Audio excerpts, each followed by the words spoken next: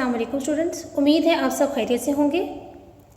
आज उर्दू बे में हमने अपनी कहानी भरोसा का मुताला करना है। कहानी के बारे में आपको पिछली वीडियो में बताया गया था कि कहानी हमेशा सीगा माजी में लिखी जाती है और कहानी सादा और आम फहम ज़ुबान में होनी चाहिए। इसके अलावा कहानी को भी जो है आपने पैराग्राफ में तकसीम करके लिखना होता है। आखिर में नतीजा लिखना नहायत ज़रूरी है, क्योंकि कहानी में नतीजे का अलग से नंबर होता है। यानी कि अगर आपके पास 5 नंबर की कहानी है तो 1 नंबर आपके पास नतीजे का होता है। आइए अब कहानी का मुताला करते हैं। बीरबल अकबर बादशाह के 9 रत्नों में से था। बादशाह इसे जब भी कोई मसला बताता तो बीरबल यही कहता, इसी में अल्लाह की कोई बेहतरी होगी। बादशाह उसकी बात सुनता और चुप हो रहता। एक दफ़ा बादशाह तलवारबाजी कर रहा था कि उसकी उंगली में तलवार लग गई और बड़ा गहरा ज़ख्म आया। बीरबल करीब ही खड़ा था। उसने बादशाह की उंगली का ज़ख्म देखा और बोला, इसमें भी अल्लाह की कोई बेहतरी होगी।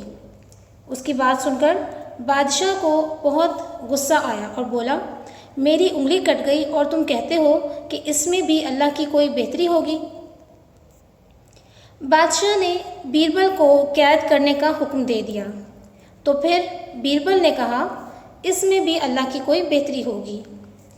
चंद दिनों बाद बादशाह शिकार खेलने के लिए जंगल में गया और अपने साथियों से बिछड़ गया।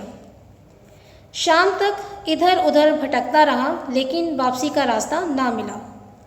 वो रुक गया और सोचने लगा कि अब क्या करे।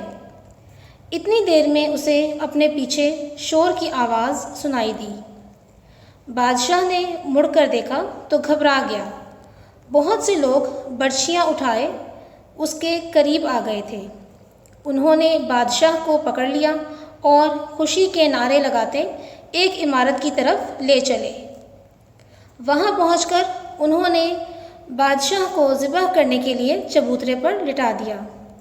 थोड़ी देर में उनका सरदार आया और उसने बादशाह का मुआयना किया और ज़ोर से कहा, ये इंसान कुर्बानी के लायक नहीं, इसकी उंगली कटी हुई है।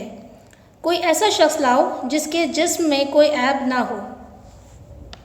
रिहा होने के 1 हफ्ता बाद बादशाह महल में लौटा तो उसने फ़ौरन बीरबल को अपने पास बुलाया और तमाम माजरा उसे सुनाया।